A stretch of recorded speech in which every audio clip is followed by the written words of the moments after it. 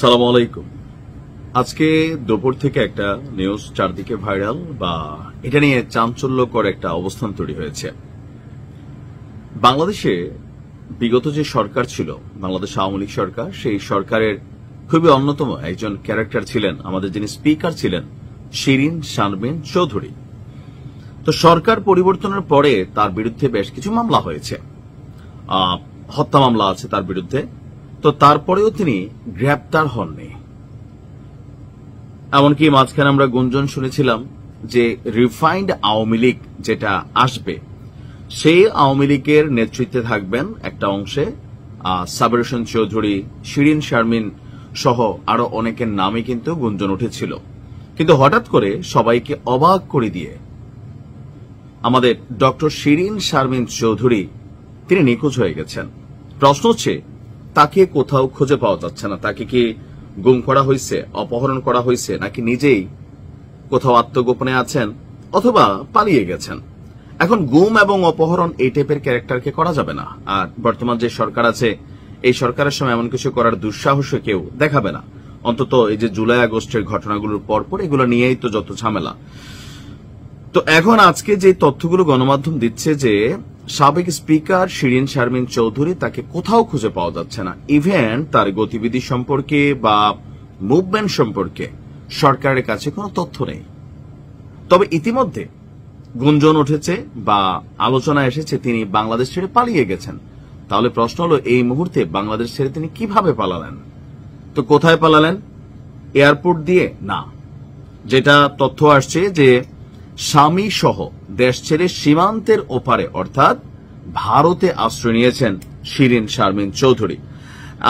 আজকে আমাদের স্বরাষ্ট্র মন্ত্রণালয় থেকে যেই বক্তব্য আসছে যে তার বিরুদ্ধে যে হত্যা মামলা হয়েছে 1 বছরেও তদন্ত শেষ হয়নি। আর তদন্ত শেষ না হওয়ার কারণে দ্বিধায় ছিল অন্তর্বর্তী সরকার। সংশ্লিষ্ট মন্ত্রণালয় এবং দপ্তরগুলোর মধ্যে এ নিয়ে টানাপোড়েন আছে। স্বরাষ্ট্র এবং আইন এই 2 মন্ত্রণালয় সহ সরকারের বিভিন্ন দপ্তরের সাথে কথা বলে জানা গেছে যে শেখ হাসিনার ফেসিবাদী হয়ে ওঠার পেছনে শিরিন শারমিনকে অন্যতম দায়ী করা হচ্ছে, যে দেশের ইতিহাসে দীর্ঘ সময় ধরে 4 মেয়াদে স্পিকারের আসনে থেকে তিনি সকল কর্মকাণ্ডকে বৈধতা দিয়েছেন। আর আদালতের নির্দেশনা পেলে গ্রেপ্তার সহ প্রয়োজনীয় পদক্ষেপ নিতে স্বরাষ্ট্র মন্ত্রণালয় প্রস্তুত ছিল বলে জানিয়েছে কর্মকর্তারা। এখন হত্যা মামলার তদন্ত শেষ না হওয়ায় তারা এখন পর্যন্ত এটা নিয়ে কোন রকম ভূমিকা রাখতে পারেন নাই। পাশাপাশি কূটনৈতিক পাসপোর্টটি বাতিলের পর গোপনে শিরিন শারমিনকে সাধারণ পাসপোর্ট দেওয়ার প্রক্রিয়ার সঙ্গে যারা জড়িত ছিল তাদের বিরুদ্ধেও শাস্তিমূলক ব্যবস্থা নিতে না পারার ব্যর্থতা স্বীকার করেছেন কর্মকর্তারা। এ বিষয়ে সরকারের সিদ্ধান্তহীনতার কথা জানিয়েছে স্বরাষ্ট্র মন্ত্রণালয়।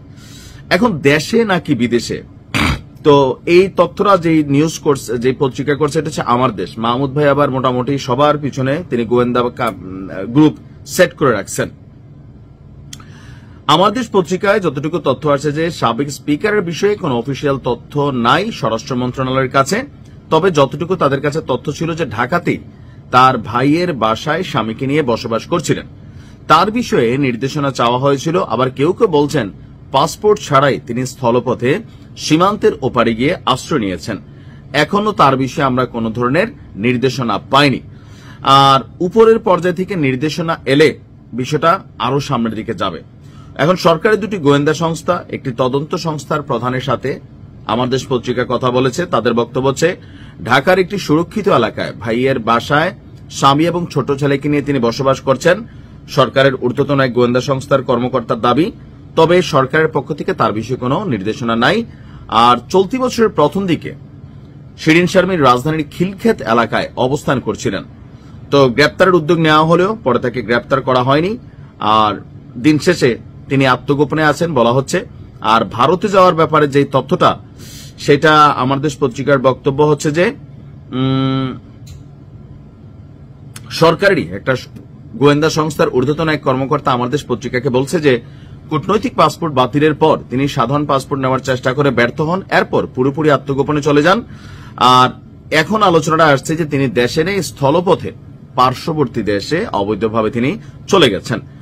আর এ ব্যাপারে স্বরাষ্ট্র উপদেষ্টা আমাদের কোনো মন্তব্য করেন নাই। আসলে এখন থাকতে পারে তিনি দেশে আছেন, আবার হতে পারে তিনি ভারতে চলে গেছেন, কিন্তু একটা মানুষ এত বড় একজন ক্যারেক্টার তিনি দেশ থেকে নাই হয়ে গেলেন, ভাই গুমও তো হইতে পারে, অপহরণ তো হইতে পারে, দেশে আত্মগোপনও থাকতে পারে, এখন অনেক কিছু তো করতে পারে, তাই না? এখন তিনি ভারতে চলে গেছেন, উনি ভারতে যে গেছেন এর কোনো প্রমাণ আছে? প্রমাণ তো নাই। যে কর্মকর্তারা বলছেন তার তো প্রমাণ থাকা দরকার। এত বড় একজন মানুষ রাতারাতি নিখোঁজ হয়ে গেলেন, আসলে ওনার সাথে কি ঘটলো সেটা তো জানার অধিকার সবার আছে। আশা করি এই সম্পর্কে আমরা সুস্পষ্ট তথ্য পাবো। ভালো থাকুন।